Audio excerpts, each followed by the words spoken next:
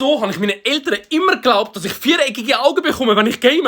Oder an diesen huren Gerätchen bin. Meine Eltern aber damals am Bachelor schauen und Bauerledig sucht, ja, dann würden mir die Augen rausgehen. Oder noch schlimmer, wenn sie Geld wollen sparen in der Bad und irgendetwas so anfangen labern von «Ey, wenn du übrigens gehst schwimmen und du gerade gegessen hast, darfst du 2 Stunden lang nicht schwimmen, weil du stark ab wie ein Stein.» Und ich Vollidiot bin das so am Glauben. Ich so ja, nein, Mami, dann geh ich schwimmen, dann habe ich doch keinen Hunger mehr.